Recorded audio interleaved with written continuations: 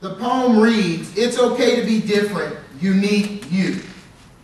It's sad to know and at times see how mean-spirited people can really be. Spiteful and hateful is the way they play life's game, mostly because people choose to not be the same. When you don't conform or fix what they say is wrong with you, they feel they have the right to ridicule and beat on you too. The best part about it all, it's not you, it's them. They are the ones who are shallow and grim. You have every right to be different, unique, you. You have every right to live your life the way that you choose. It may not make sense, and others may not agree. It's your life to live. You are human and free. You have every right to be different, unique, you. You have every right to live your life the way that you choose. You are a gift to this world, a gift that is both different and unique.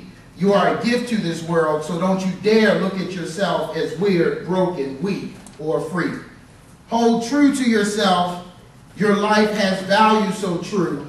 Refuse to bend or break in life's storms. The world needs to experience the different, unique you. Put a big smile on your face and choose not to be blue. Hold your head up high with confidence. It's okay to be different, unique you. Let me ask somebody, just share one. What's one thing that makes you unique? Yes. My style. Your style. Okay, all right. Yes. Your who? Your differences in humor. Oh, he's goofy? Okay. That makes him unique? Yes. My biracialness. Your biracialness? Okay. Yes. I like that. You lost 80% of your hair? Hearing. Oh, your hearing. I must have lost mine too. So you lost 80% of your hearing in your left ear? Okay, yes. Refusing to be a statistic. Refusing to be a statistic, yes. You speak 3 languages, yes. Your who? Your attitude? Okay, yes. You know that you talk? Okay. Yes. You have a sister 6 months younger than you are. Ladies and gentlemen, here's the thing. You have to be able to confidently look at yourself and know what's unique about you. How many of you are the oldest sibling? How many of you are the only child? How many of you are the youngest sibling? The middle child? How many of you can cook, and I'm not talking Hot Pockets?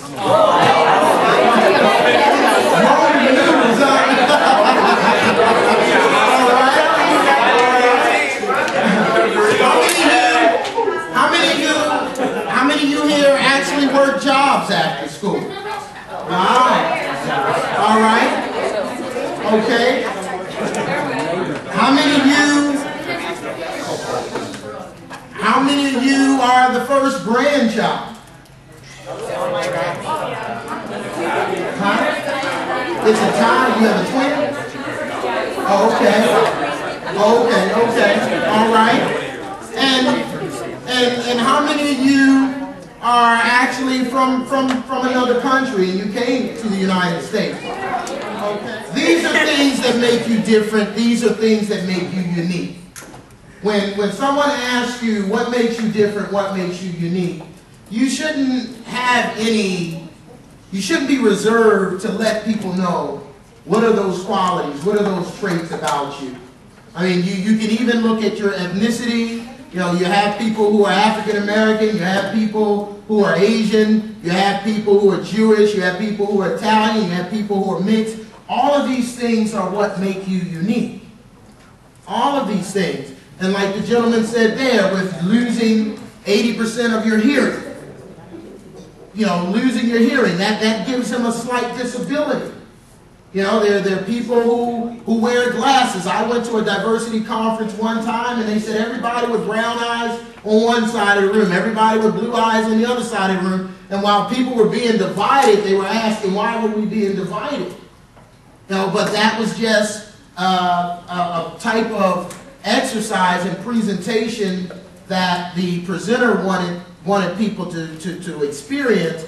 And then he explained, you know, when we look at different things, we look at how people are unique, but we also look at biases and how people are just perceived, you know, sight unknown. You walk into a room and no one knows you, but they look at how you're dressed, they look at your style, they try to judge you before they even ask and try to get to know who you are.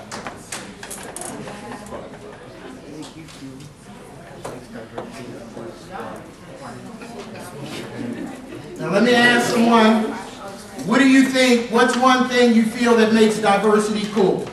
Yes? Meet new people. Meeting new people. If everyone was the same, everyone would be boring. Yes? Being different. Different personalities. Yes? Say again? It's interesting. Good.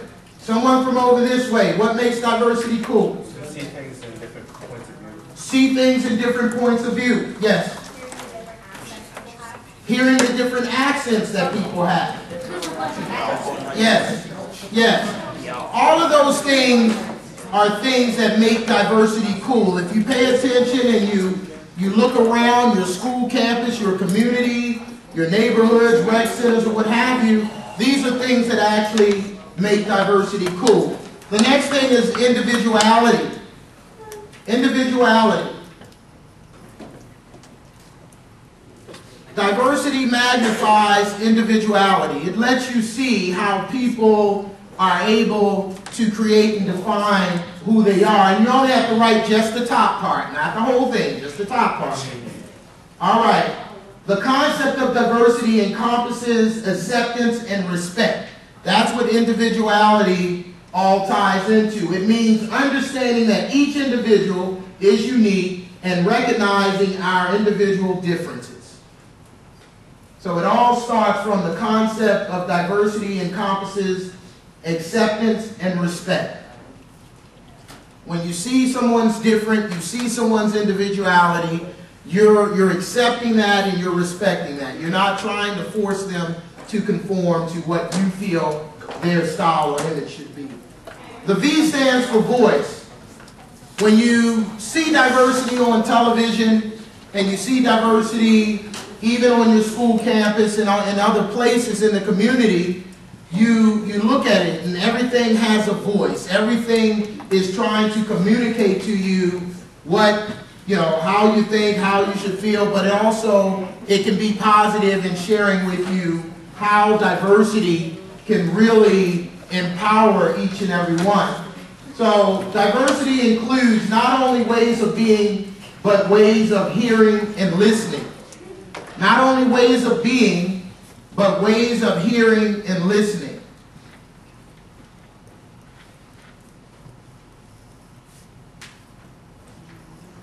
And it's very important that you hear and you listen what's going on.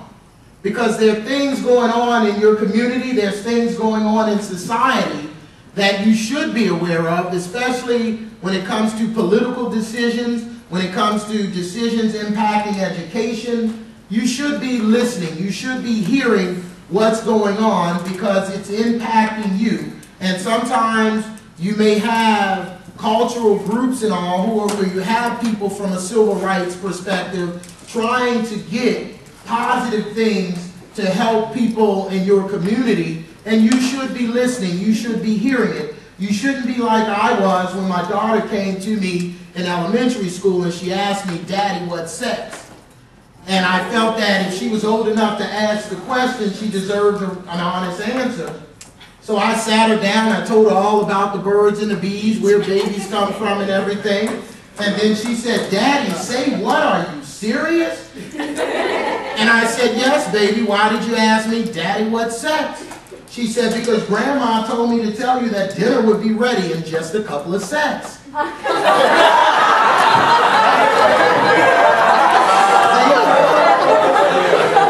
If you're listening,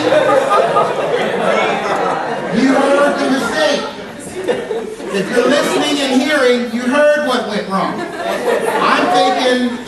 thinking she's talking SEX and she's talking SEC apostrophe S. Daddy, what's sex?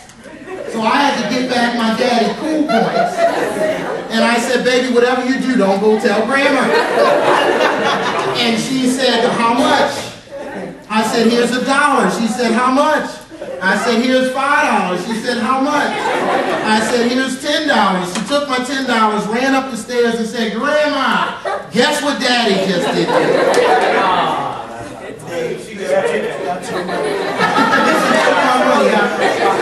But the thing is, the point that I'm making is when it comes to diversity, you have to be attentive. You have to hear. You have to listen to what's going on, what's being said. Because oftentimes those decisions, they may not impact you today, right now, but 2, 3, 5, 10 years down the road, you're going to reflect back and say, I can remember that day when I heard that on the news and that person was talking about changing things, and here it is, and it's in your face.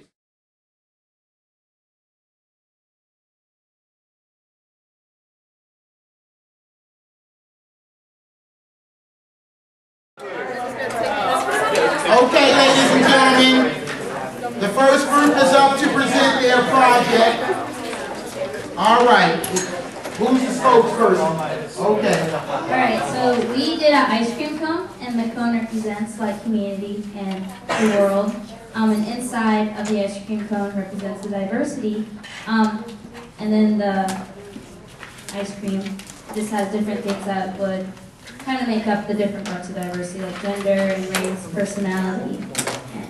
Can you hold it up so the people can see the cone? All right, give them a round of applause. Thank you. Thank you. Who's the next group? Come on.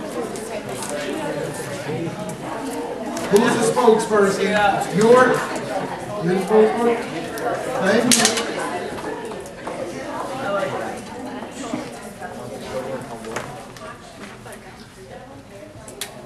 Awesome. Diversity to us is like a pot of gumbo. When you make gumbo, you kind of throw stuff in there. So in this wonderful pot of gumbo, we have allies, people working together to become allies. Just lots of different cultural things, many diverse things, kind of rainbows and such, butterflies and pretty things. What else is in our gumbo?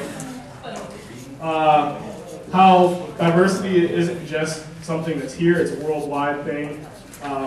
Other countries are diverse as well as we are, because we're not as diverse as they are. I'm not sure what this is, but it's diverse.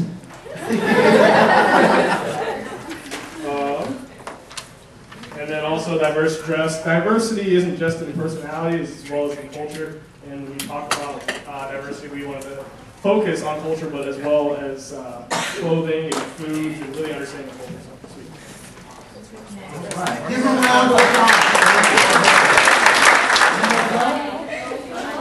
You didn't know?